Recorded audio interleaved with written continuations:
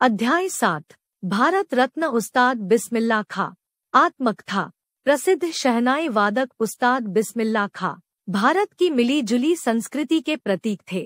बनारस के मंगला गौरी मंदिर में शहनाई बजाने से अपनी जिंदगी की शुरुआत करने वाले बिस्मिल्लाह खां संगीत के जिस उच्चतम शिखर पर जा पहुँचे थे, वैसा बहुत कम कलाकारों को नसीब होता है। उन्हें देश के सर्वोच्च सम्मान भारत रत्न से विभूषित किया गया। इस सम्मान को पाकर भी उनमें गजब की विनम्रता अंत समय तक बनी रही। उन्होंने शहनाई की मंगल ध्वनि के माध्यम से भारतीय संगीत को विश्व भर में लोकप्रिय बना दिया। इस पाठ में उनकी संगीत साधना के साथ साथ उनके अंतर्मन की विशेषताओं को भी उकेरा गया। बिस्मिल्लाह खां के बचपन का नाम अमीरुद्दीन था। उनका जन्म 1916 ईस्वी में डुमराव गांव बिहार के एक संगीत प्रेमी परिवार में हुआ था। 5 से 6 वर्ष डुमराव में बिताकर वह नाना के घर काशी में आ गए। डुमराव और शहनाई का एक संबंध है। शहनाई बजाने के लिए जिस रीड का प्रयोग होता है, वह डुमराव में मुख्यतः सोन नदी के किनारों पर पाई जाती है। इसी रीड नरकट के कारण शहनाई जैसा वाद्य बजता है। शहनाई को सुशिर वाद्यों में शाह की उपाधि दी गई है। अवधी के पारंपरिक लोकगीतों एवं चैती में शहनाई का बहुत उल्लेख है। इसका प्रयोग मांगलिक विधि विधानों के अवसर पर होता है। अपनी युवावस्था के संघर्ष के दिनों के बारे में बताते हुए बिस्मिल्लाह खां बताते थे, बालाजी मंदिर के पास हमारे नाना और परनाना शहनाई बजाया करते थे। वहाँ हमने भी 8 आने 50 पैसे में शहनाई बजाई है। रोज अठन्नी का लालच उतने में खूब गोल गोल बनारसी कचौड़ी, शुद्ध देशी घी की जलेबी, मलाई बर्फ और आलू टमाटर की छौंकनी वाली सब्जी मिल जाया करती थी। उस समय कुलसुम हलवाइन की कचौड़ी की दुकान थी। जब वह कलकलाते तेल में कचौड़ी डालती थी, तब वह छन से बोलता था, तब हमें उसमें भी सुर सुनाई देता था। अमीरुद्दीन अभी 14 साल के थे। बालाजी मंदिर तक बिस्मिल्लाह खां को रियाज के लिए जाना पड़ता था। उस रास्ते में रसूलनबाई और बतलनबाई का घर पड़ता था। इस रास्ते से जाते हुए उन्होंने उन दोनों के कभी ठुमरी, कभी टपे, कभी दादरा के बोल सुने। बिस्मिल्लाह खां ने स्वयं स्वीकार किया था कि उन्हें अपने जीवन के आरंभिक दिनों में संगीत के प्रति आसक्ति इन्हीं गायिका बहनों को सुनकर मिली। इस प्रकार संगीत प्रेरणा की वर्णमाला इन्हीं रसूलनबाई और बतूलनबाई ने उकेरी थी। उन्हें सुलोचना की फिल्में देखने का बहुत शौक था।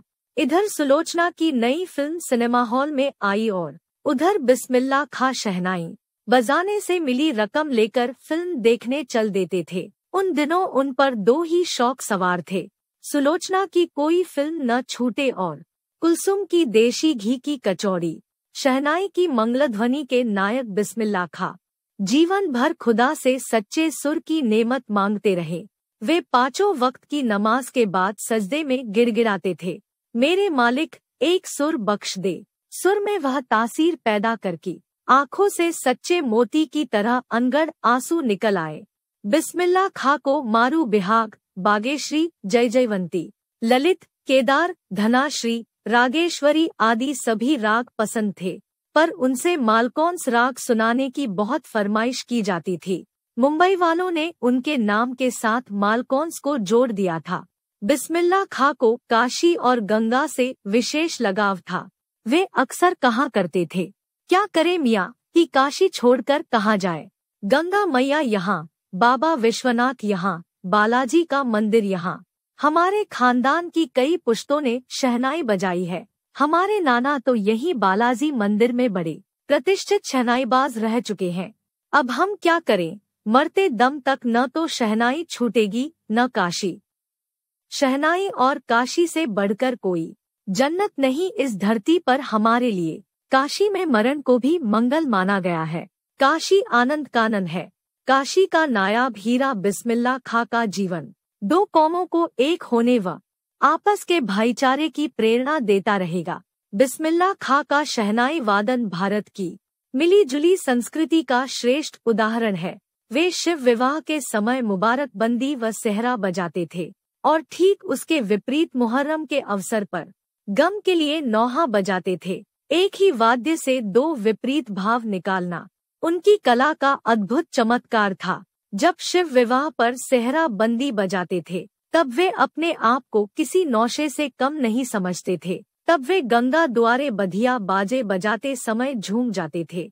मुहर्रम में 10 दिनों का शोक मनाते थे। इन दिनों में उनके खानदान का कोई व्यक्ति न तो शहनाई बजाता था न किसी संगीत कार्यक्रम में शिरकत करता था। 8वीं तारीख उनके लिए खास महत्व की होती थी। इस दिन खास साहब खड़े होकर शहनाई बजाते थे। वे दाल मंडी में फातमान के करीब 8 किलोमीटर की दूरी तक पैदल रोते हुए नौहा बजाते जाते थे। 16 और 18 अप्रैल 1938 की बात है। बिस्मिल्लाह खां का पहला प्रोग्राम लखनऊ रेडियो ने रिकॉर्ड किया। उन्होंने 20 मिनट झाला बजाया होगा कि लोग सन्न रह गए, कहने लगे, ये शहनाई तो बड़ी गजब की चीज है। फिर वे महीने में 3 बार रिकॉर्डिंग के लिए लखनऊ जाने लगे। पहले सारंगी का आतंक था और सारंगी के कलाकार शहनाई को हीन भावना से देखते थे, मगर जब बिस्मिल्लाह खां ने राग रागनियां निकालनी शुरू की तब उनकी राय बदल गई। उन दिनों दिल्ली रेडियो से निजामी साहब का बुलावा आया और कहा, राग बजाओ, तो हमने ललित शुरू किया। सुबह का वक्त रहा होगा। थोड़ी देर चुपचाप सुनते रहे, फिर बोले, बड़े पक्के हो, कहा, तालीम ली। फिर धीरे धीरे सिलसिला चल निकला। काशी में संगीत आयोजन की एक प्राचीन एवं अद्भुत परंपरा है। बरसों से यह कार्यक्रम वहां के संकटमोचन मंदिर में होता आया है। इसमें उस्ताद बिस्मिल्लाह खां अवश्य भाग लेते थे। अपने मजहब के प्रति अत्यधिक समर्पित उस्ताद बिस्मिल्लाह खां की श्रद्धा काशी विश्वनाथ जी के प्रति भी अपार थी। जब भी वे काशी से बाहर रहते तब विश्वनाथ और बालाजी मंदिर की दिशा की ओर मुंह करके बैठ जाते थे और अपनी शहनाई का प्याला उसी ओर घुमा देते थे। बिस्मिल्लाह रहन सहन में कितने सीधे सादे थे, इसके लिए एक उदाहरण पर्याप्त होगा। उन्हें भारत रत्न मिल चुका था। एक दिन उनकी शिष्या ने डरते डरते हुए खां साहब को टोका, बाबा, आपकी इतनी प्रतिष्ठा है, अब तो आपको भारत रत्न भी मिल चुका है, यह फटी तहमद न पहना करें, अच्छा नहीं लगता। जब भी कोई आता है आप इसी फटी तहमद में सबसे मिलते हैं। धता पगली, ई भारत रत्न हमको शहनाइया में मिला है, लुगिया पे नहीं। तुम लोगों की तरह बनाव श्रृंगार देखते रहते तो उम्र ही बीत जाती हो चुकती शहनाई। मालिक से बस यह दुआ है, फटा सुरन बख्शे, लुंगिया का क्या है, आज फटी है तो कल सी जाएगी। खां साहब को जीवन के अंतिम दिनों में कई बातें हैरान करती थी, जैसे पक्का महल, काशी विश्वनाथ से लगा हुआ इलाका पक्का महल कहलाता है, से मलाई बरफ गया। संगीत, साहित्य और अदब की बहुत सारी परंपराएं लुप्त हो गई। भारतीय संगीत के भविष्य पर चर्चा होने पर वे कहते थे, कुछ लोग अच्छा कर रहे हैं, मगर अब वह रियाज कहा, अब कोई बड़ी मेहनत और साधना के लिए तैयार नहीं होता। संगीत का थोड़ा सा कखरा सीखा नहीं कि प्रोग्राम देने में लग जाते हैं। हम तो उस जमाने के हैं कि सब कुछ सीखने के बाद भी इस जुगत में रहते थे कि किसी फकीर की दुआ लग जाए। भारत रत्न से लेकर ढेर सारे सम्मानों से विभूषित उस्ताद बिस्मिल्लाह खां अपनी अजेय संगीत यात्रा के लिए भविष्य में भी संगीत के नायक बने रहेंगे। 90 वर्ष की भरी पूरी आयु में 21 अगस्त 2006 को इस दुनिया को अलविदा कह गए। वे निश्चय ही शहनाई की मंगल ध्वनि